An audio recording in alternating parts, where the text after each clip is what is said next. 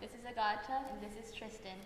Today we will be playing for you the Homage to Prokofiev, Stravinsky, and Shostakovich by Alfred Schnittke. Schnittke was born in the early 1930s and was most well known for his orchestral works, and he composed 9 symphonies before his death in 1998. This piece is a good example of Schnittke's compositional technique, which is called polystylism.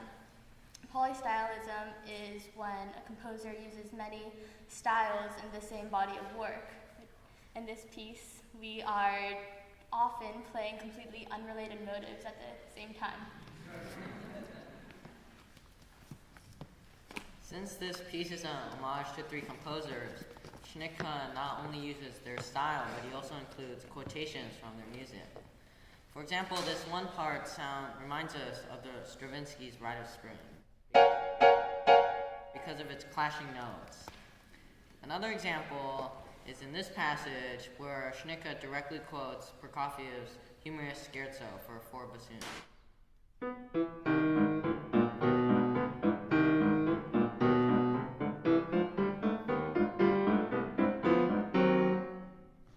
Last but not least, Schnittke uses Shostakovich's musical signature, DSCH.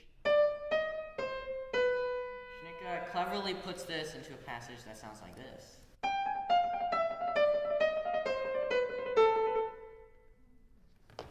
Another interesting thing about this piece is that it is almost entirely based on only a few chords, as Schnittke takes these chords and makes them into melodies and makes it interesting. So interesting, in fact, that you can't really tell. It took me the entire time I was learning it for me to kind of realize that all this existed. While we're playing this piece, we like to imagine pictures to go with it. For example, in one part, we like to imagine objects floating around an empty space. And in another, we like to imagine a circus clown with knives stabbing people.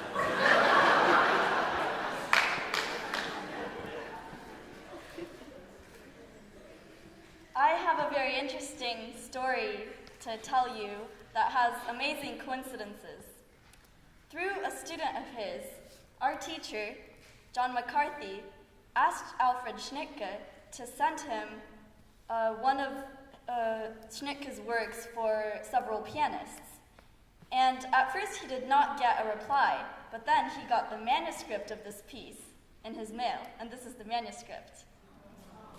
And I really wanted to play a work of a late 20th century composer this year, and I asked my teacher for recommendations, and he told me that this piece was never performed on the West Coast.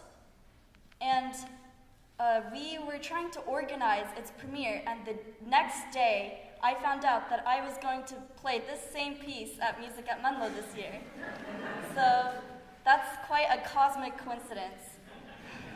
And we also want to say a special thank you to Gil Kalish, who's a remarkable pianist and who really inspired us when we were learning this piece. And we also wanted to thank all of the Music at Menlo coaches for their hard work.